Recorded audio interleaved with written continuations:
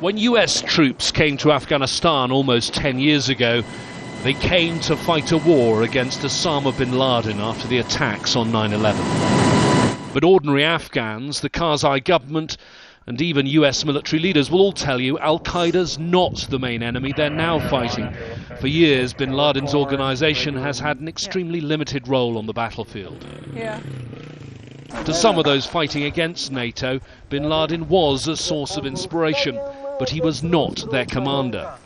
Afghan President Hamid Karzai had long claimed that the United States' biggest problems lie on the other side of the border, a point he made again as he spoke about bin Laden's death.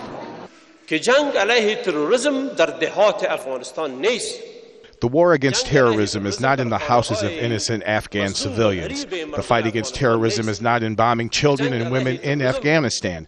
The war against terrorism should be carried out in his safe haven, sanctuary, and his training camp, not in Afghanistan, and today this has been proved right. A man who once knew bin Laden, a former senior member of the Taliban, says he had very little military influence inside Afghanistan. Really, he was not active in Afghanistan.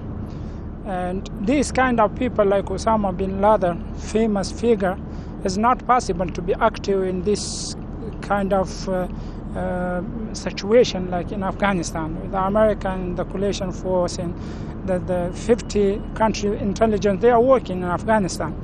And just I think he wanted somewhere to be, to survive himself, to be not killed.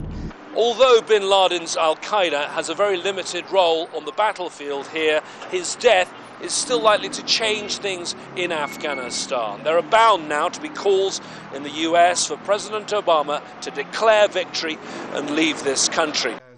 Bogged down in a war that's lasted nearly 10 years, a war that's not going well, and with his own re-election campaign getting underway, the president may now see the death of bin Laden as part of his exit strategy from Afghanistan. James Bays, Al Jazeera, Kabul.